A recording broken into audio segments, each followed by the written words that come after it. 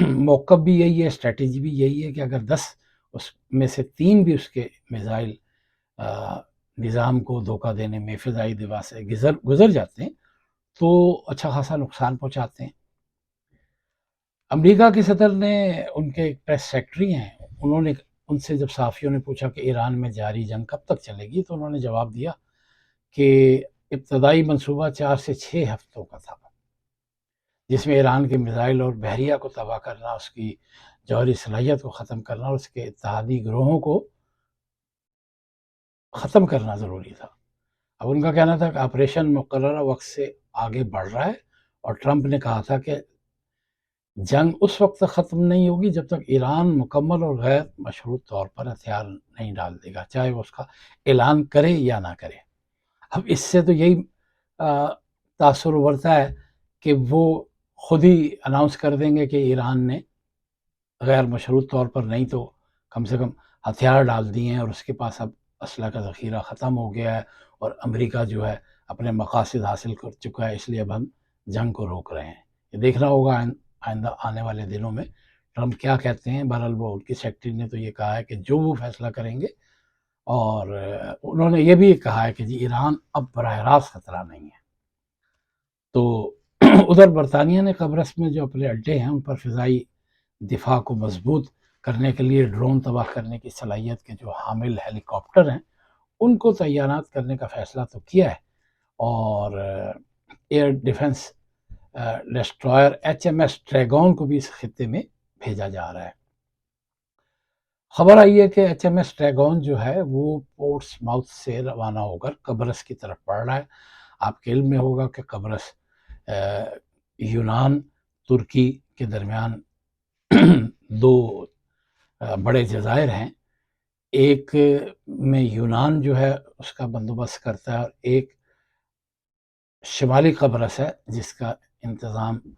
ترکی کے پاس ہے، اور جو ترکی والا شمالی قبرص ہے اس کی وہ ذرا چھوٹا ہے، اور جو گریس کے پاس ہے لارناکا جس کا دارالحکومت ہے وہ اچھا خاصا بڑا ہے، اور وہ یورپ میں شامل ہے، اور ایک امیر ریاست کہلائی جاتی ہے۔ تو وہاں پر جو یہ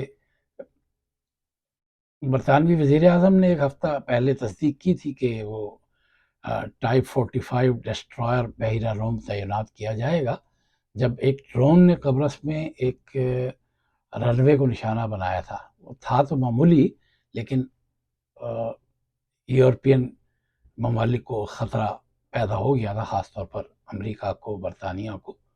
تو ایران کی جانب سے میزائل داغے جانے کی وارننگ کے بعد شمالی اور وسطی اسرائیل اور مقبوضہ مغربی کنارے میں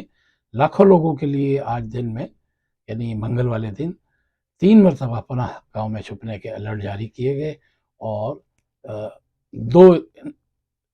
جو انتباہات تھے، لوگوں کو جو وارننگ جاری کی تھی، وہ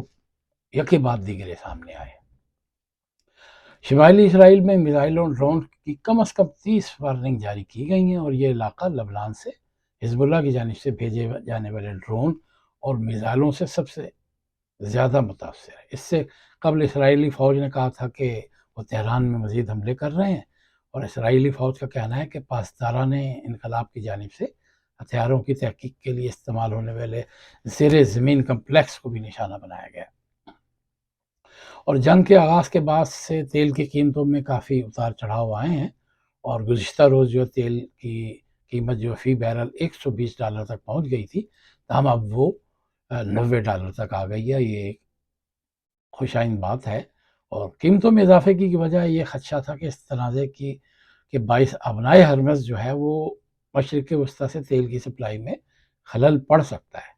اور ٹرمپ نے دھمکی دی ہے کہ اگر اس کو ابنائے ہرمز کے ذریعے تیل کا بھاؤ روکا گیا تو ایران کو 20 گنا شدت سے نشانہ بنایا جائے گا۔ ادھر ایران نے دعویٰ کیا ہے کہ جی جنگ کے آغاز سے اب تک ایران میں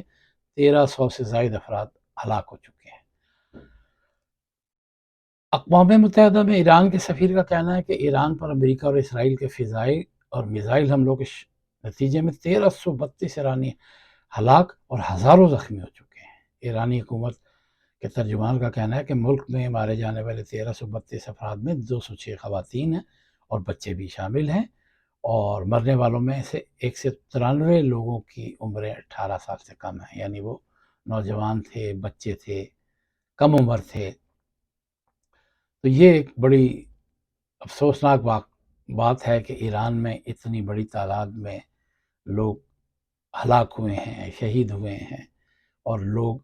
زخمی جو ہیں وہ ہزاروں میں اس کی ابھی جو لوگ ملبے کے تلے دبے ہوں گے ان کے بارے میں اعداد و شمار نہیں آ رہے، ان میں کئی لوگ ایسے بھی ہوں گے جو زخمی ہوں گے لیکن ان تک کوئی اگر امداد نہیں پہنچی تو وہ ان کے زندہ رہنے کے امکانات کم سے کم ہوتے چلے جائیں گے۔ ایک اور آپ کو ٹورنٹو کی کینیڈا کی ایک اہم خبر دیتے جو ابھی کچھ دیر پہلے ہمیں ملی ہے، وہ یہ ہے کہ ٹورنٹو میں امریکی قونصل خانے پر فائرنگ ہوئی ہے اور پولیس نے دہشت گردی کے پہلو سے تحقیقات شروع کر دی ہیں، اور ایک CRV کی تلاش جاری ہے۔ ہونڈا، سفید ہونڈا ہے، اور فائرنگ سے عمارت کو تھوڑا سا نقصان پہنچا تھا، ہم کوئی جانی نقصان نہیں ہوا۔ تو یہ بھی ایک حیران کن خبر ہے کہ کینیڈا جیسے پرامن ملک میں جہاں اس طرح کی وارداتیں نہ ہونے کے برابر ہیں، تو اگر اس میں وہ لوگ ملوث ہوئے جو ہمدردی رکھتے ہوئے اگر ایران سے، تو ان کمیونٹیز کے لیے کینیڈا میں بھی مشکلات آنے والی ہیں۔ اب یورپ میں، آسٹریلیا میں، نیوزی لینڈ میں، کینیڈا میں، امریکہ میں مسلمانوں کے لیے، پاکستانیوں کے لیے پھونک پھونک کر قدم رکھنا ہوگا، بہت احتیاط کرنی ہوگی۔ کسی گروپ سے کسی کا بھی کوئی اگر لنک ملا تو پوری کمیونٹی کے لیے مشکلات آ جاتی ہیں، نئے قوانین بنتے ہیں۔ آپ دیکھیں افغانستان کا ایک آدمی جو امریکہ میں 2 مہینے پہلے گرفتار ہوا تھا، اس کی وجہ سے ٹرمپ نے پوری افغان کمیونٹی کے لیے ویزے روک دیے تھے۔ تو اب یہ جو قونصل خانے کے باہر فائرنگ ہوئی ہے، پولیس نے دہشت گردی کے جو ممکنہ پہلو ہیں اس سے تفتیش شروع کی ہے۔ ٹورنٹو پولیس کے ڈپٹی چیف کا کہنا ہے کہ صبح 5:30 بجے پولیس کو واقعہ کی اطلاع ملی، جو فائرنگ ہونے کے تقریباً 1 گھنٹے بعد دی۔ کہا جا رہا ہے کہ جی یہ CRV جو ہے گاڑی ڈنڈاس اسٹریٹ سے جا رہی تھی، اور سفید رنگ کی ہونڈا ہے، یہ یونیورسٹی ایونیو کی طرف اس کو دیکھا گیا، اور جو امریکی قونصل خانے کے سامنے آ کر رکی، گاڑی سے 2 افراد باہر نکلے اور عمارت کی طرف مبینہ طور پر پستول سے فائرنگ کی، جس کے بعد وہ دوبارہ گاڑی میں بیٹھ کر جنوب کی طرف فرار ہو گئے۔ پولیس نے مشتبہ گاڑی کی تصویر تو جاری کی ہے اور عوام سے اپیل کی ہے کہ اگر کسی کے پاس اس علاقے کی ڈیش کیم یا سیکورٹی ویڈیو موجود ہو تو تفتیش کاروں سے رابطہ کرے۔ دیکھیں، فائرنگ کے نتیجے میں عمارت کو تو تھوڑا سا نقصان پہنچا ہے، کوئی شخص زخمی نہیں ہوا، لیکن پولیس کے مطابق قونصل خانے کی عمارت انتہائی مضبوط حفاظتی نظام سے لیس ہے، اور جس کی بلٹ پروف کھڑکیاں ہیں اور دروازوں کو گولیاں نقصان نہیں پہنچا سکتی۔ اور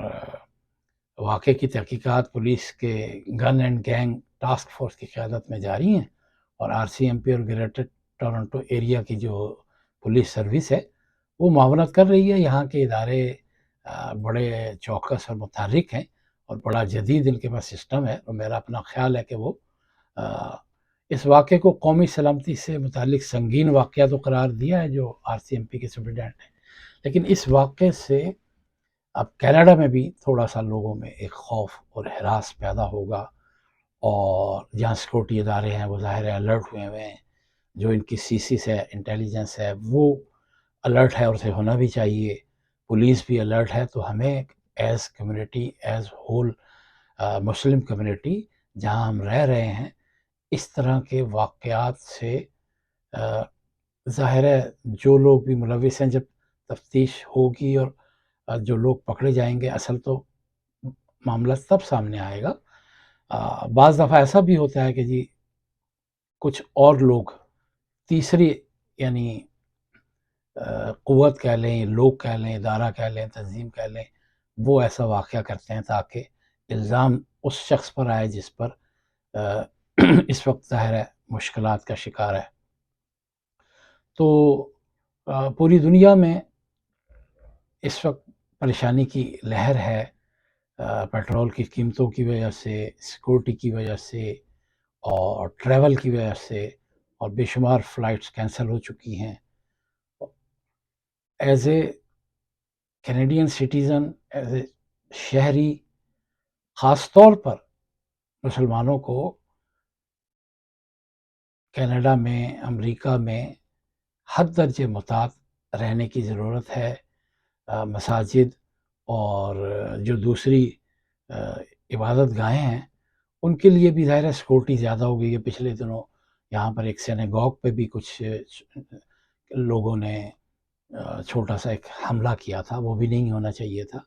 کیونکہ اگر اس طرح کا ہوتا ہے تو دوسرے لوگ پھر مسلم کمیونٹی کو بھی تو نقصان پہنچاتے ہیں۔ دوسرے لوگ، آپ کو یاد ہوگا کہ کئی برس پہلے مونٹریال میں ایک مسجد میں ایک نوجوان لڑکے نے 8 مسلمانوں کو شہید کر دیا تھا۔ وہ اسی طرح کے عالمی سطح کے کچھ واقعات سے متاثر تھا، اور بے شمار لوگ جو ذہنی طور پر خپتی کہہ لیں، سائیکو کہہ لیں، وہ لوگ جو بہت زیادہ جذباتی ہوتے ہیں، وہ ایسی کوئی حرکت کر دیتے ہیں جس سے ان کے لیے تو مشکلات آتی ہیں، ایز اے ہول پوری کمیونٹی کے لیے مشکلات آ جاتی ہیں۔ میں سمجھتا ہوں کہ 9/11 کے بعد سے سب سے زیادہ جو مشکلات کا شکار ہوئی ہے وہ مسلم کمیونٹی ہوئی ہے، کیونکہ پوری دنیا میں یا تو ان ممالک کے پاس جن کے پاس پیسہ نہیں ہے، جن کے پاس معاشی قوت نہیں ہے، استحکام نہیں ہے، ان کے لوگ جب بھی کسی ملک میں ایسی کوئی کارروائی کرتے ہیں وہ ان کا انفرادی فعل ہوتا ہے، اور پورے ملک کے لوگوں کے لیے مشکلات آتی ہیں۔ ان لوگوں کا کیا سوچ ہے یا کیا جذبہ ہے، انہیں اس سے غرض نہیں ہے، انہیں اپنے سوچ کے حساب سے انہوں نے ڈیسیجن لیے جس سے نقصان پاکستانیوں کو ہوا، مسلمانوں کو ہوا۔ اس سے کچھ بھی حاصل نہیں ہے۔ اگر ہمارے یہ لوگ سائنس، ٹیکنالوجی، اقتصادیات اور آئی ٹی اور مختلف شعبوں میں اپنے آپ کو منوانے کی کوشش کریں، پرسکون رہ کر لوگوں کو خود بھی پرسکون رہیں اور دنیا کو بھی پرسکون رہنے دیں، امن کے لیے کوشش کریں اور امن قائم کریں، نہ کہ اس طرح کے حملے کر کے جس سے کچھ بھی حاصل نہیں ہے اس سے اجتناب کیا جائے، گریز کرنا چاہیے۔ ہمارے جو علماء ہیں، اسکالر ہیں، اور جو مساجد ہیں، ادارے ہیں، انہیں اس حوالے سے خاص طور پر سوشل میڈیا پہ لوگوں کو ہمیں خاص طور پر نوجوان نسل کو یہ سمجھانا ہوگا کہ اس طرح کے واقعات یا ایسی سرگرمیوں میں ملوث ہونے سے حاصل کچھ نہیں ہوگا۔ آپ کو، آپ کی فیملی کو، آپ کی کمیونٹی کو، آپ کے ملک کو، آپ کے مذہب کو، آپ کے لوگوں کو نقصان ہوگا، پریشانی ہوگی۔ اس سے گریز کریں، بی پازیٹیو، اور خود بھی پازیٹیو رہیں، پازیٹیو سوچ رکھیں، اور اپنی فیملی کا، اپنے لوگوں کا خیال رکھیں۔ آج کا ویلاگ ہمارا یہیں پر ختم ہوتا ہے، اجازت دیجیے، اللہ حافظ۔